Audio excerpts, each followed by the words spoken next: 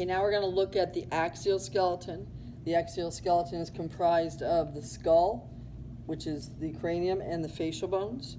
It is composed of the vertebral column and the ribs and the sternum. Okay? Now we have on your skull, the cranium has 8 different bones. This one's color-coded.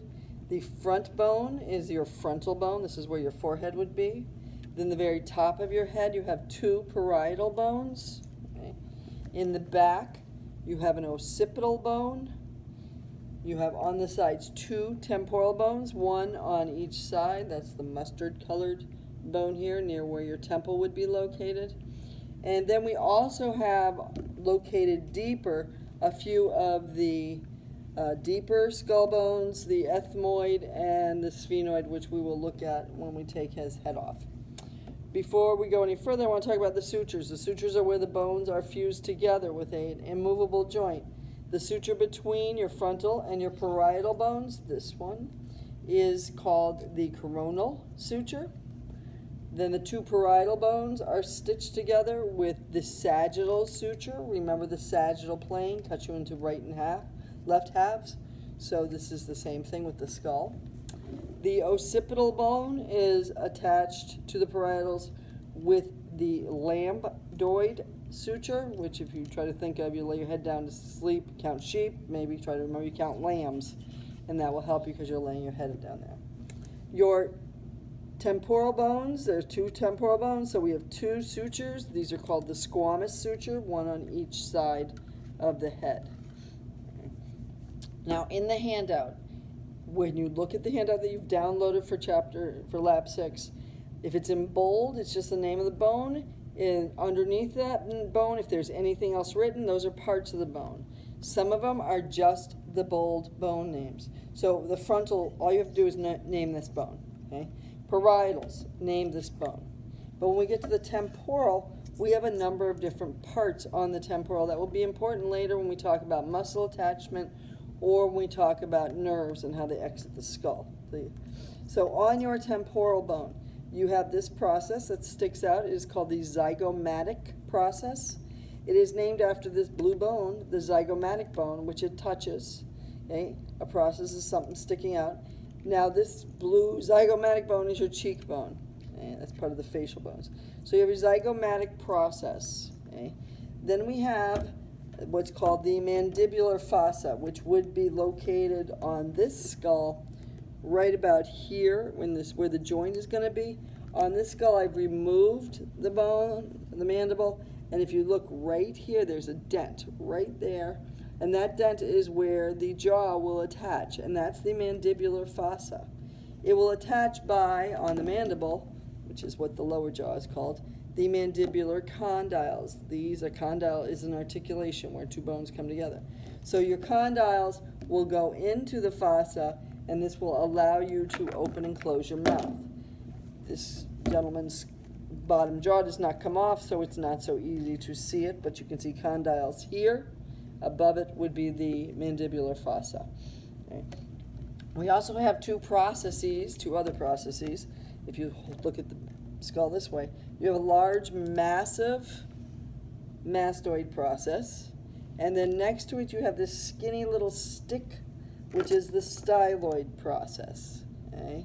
These again are muscle attachments. So you've got your mastoid, massive mastoid, skinny styloid process.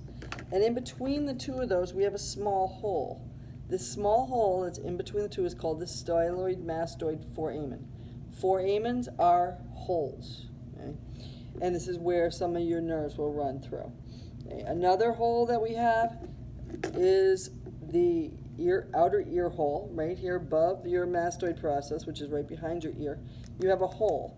This hole is called the external auditory foramen or external acoustic foramen. Either name is good. This is your ear, and internally, we take this guy's top of his head off. There is another internal hole right here, this ridge, and this is called the internal acoustic meatus, and it will line up with the external, and that's the inside ear hole. Okay. The other hole that you can see on the temporal bone is right at the junction here between the temporal and the occipital, and this is called the jugular foramen. It looks sort of like a J shape. Look at the picture in the lab book to see it a little better if you can't see it well. On this gentleman, you can see his jugular foramen right here that looks sort of J-shaped, and right above it would be your internal acoustic meatus. The next bone is the occipital bone. Your occipital, let me put his jaw back on here. Your occipital bone has a number of different structures on it. The main structure you're going to know right off is the very large hole called the foramen magnum. This is where your spinal cord will run through from the skull and go down to the rest of the vertebrae column. Okay. We also have on either side of the foramen magnum, this hole, there are two smooth areas on either side, and this is where the skull will sit on top of the cervical vertebrae. So it'll sit right here where the cervical vertebrae will be and hold it up, and these flattened areas on either side of the foramen magnum are called occipital condyles. You have a number of other holes that you need to know. One found here is called the hypoglossal canal. Now, if you know your foramen magnum, and then you recognize your jugular, the J-shaped one, right in between them is a small hole called the hypoglossal canal. So you want to try to definitely recognize the ones that are the easiest, and then remember the other ones in order. Of the hypoglossal is between the foramen magnum and the jugular. Then the sphenoid bone. The sphenoid bone is one of the deeper bones. It is internal. This big green area with looks like wings is the sphenoid bone. You can see it from the back, in the back of the skull. I'm not sure how good the lighting is here. It would be all the way in the back of the orbits, okay, where the sphenoid bone is. And in the back of the eye orbit, we have two holes. We have a large crack at the top of the eye, okay, and this large crack at the top of the eye is called the superior orbital fissure. You can see it now. You can see when I take the stick out where the light's coming through. That's your superior orbital fissure. And then right above the superior orbital fissure is a small round hole, and that is the optic canal. Again, both of those are for nerves. Okay. The other things you are going to find in those areas are going to be the cella turcica is inside, and this is internal. Now, when you're studying this, look at the pictures, look at the different ways you're looking at the bone. Inside, you see this little saddle-like shape. This is where your pituitary gland sits. This is your stella turcica. And we have a few more holes that you have to know. Now, looking at it, again, internally, it's easier to see to me. So when you look at this, I see this big one right here, which is an oval-shaped. This is the foramen ovale. Right in front of it is a small round foramen, and that is called the foramen rotundum. And right behind the ovale is the foramen spinosum, which is a small skinny one. So you got the round rotundum, the oval ovale, and the skinny spinosum. Okay, the ovale I think is the easiest to identify, so I tell you guys in class, ROS, R-O-S, so you remember the order they go in.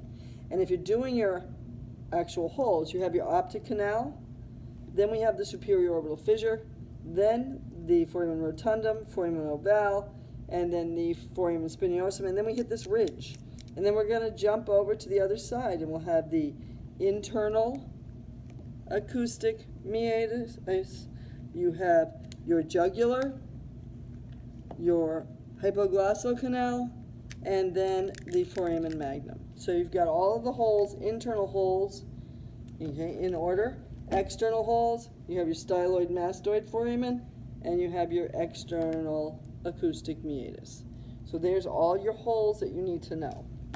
The second type of bone that is internal is your ethmoid bone. If you stick your finger up your nose right here, this is part of the ethmoid. It's yellow in my skull. Right here is the ethmoid.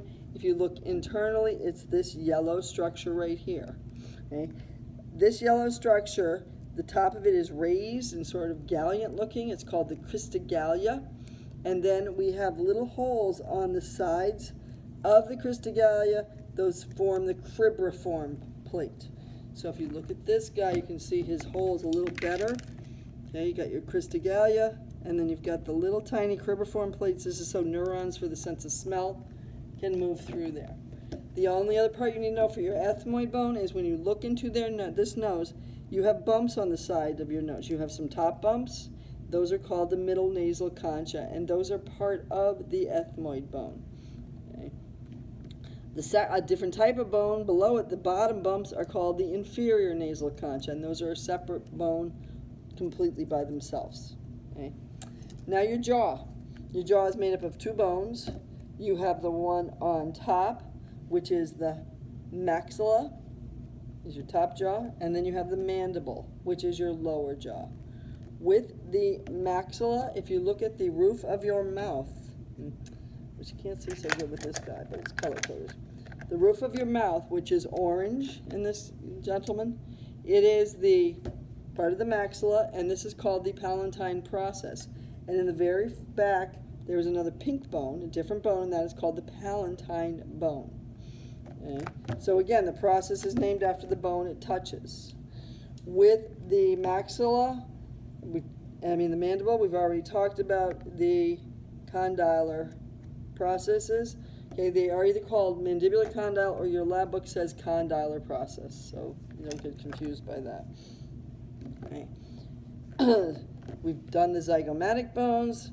These bones on the top of your nose are your nasal bones.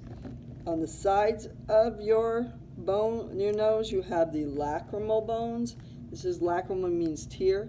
And at the base of those, there's a small hole, which is the lacrimal fossa, which was where the tears will leak into to go into an internal duct. Okay.